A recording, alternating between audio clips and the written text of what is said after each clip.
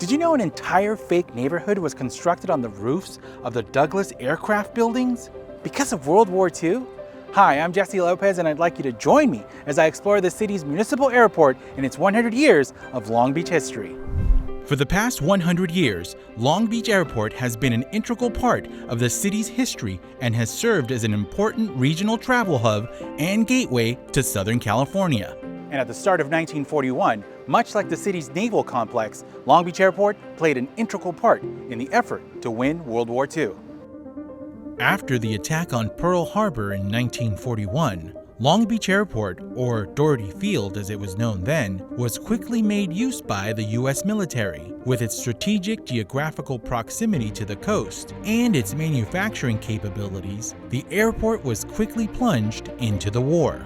But while the military took control of the airport, Douglas Aircraft, who had recently constructed manufacturing buildings adjacent to the airport, would embark on a manufacturing blitz that would see it deliver crucial aircraft to winning World War II.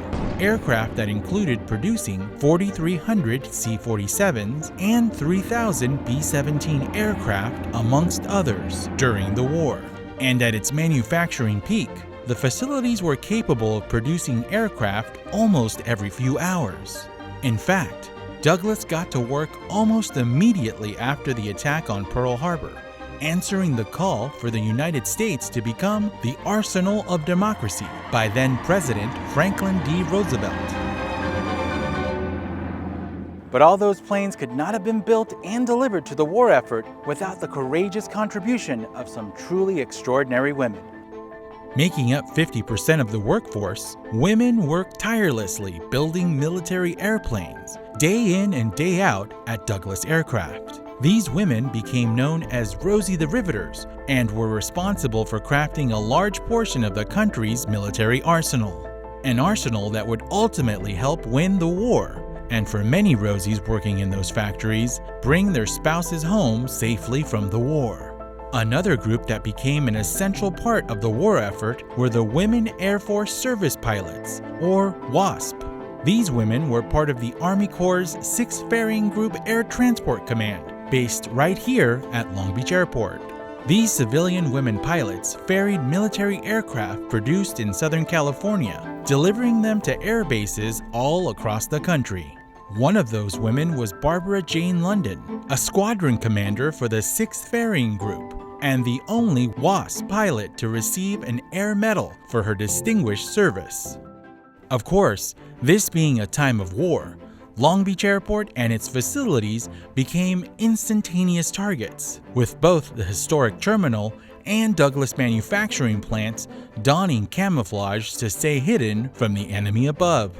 But in particular, the Douglas plant had a very interesting way of disguising itself as a neighborhood.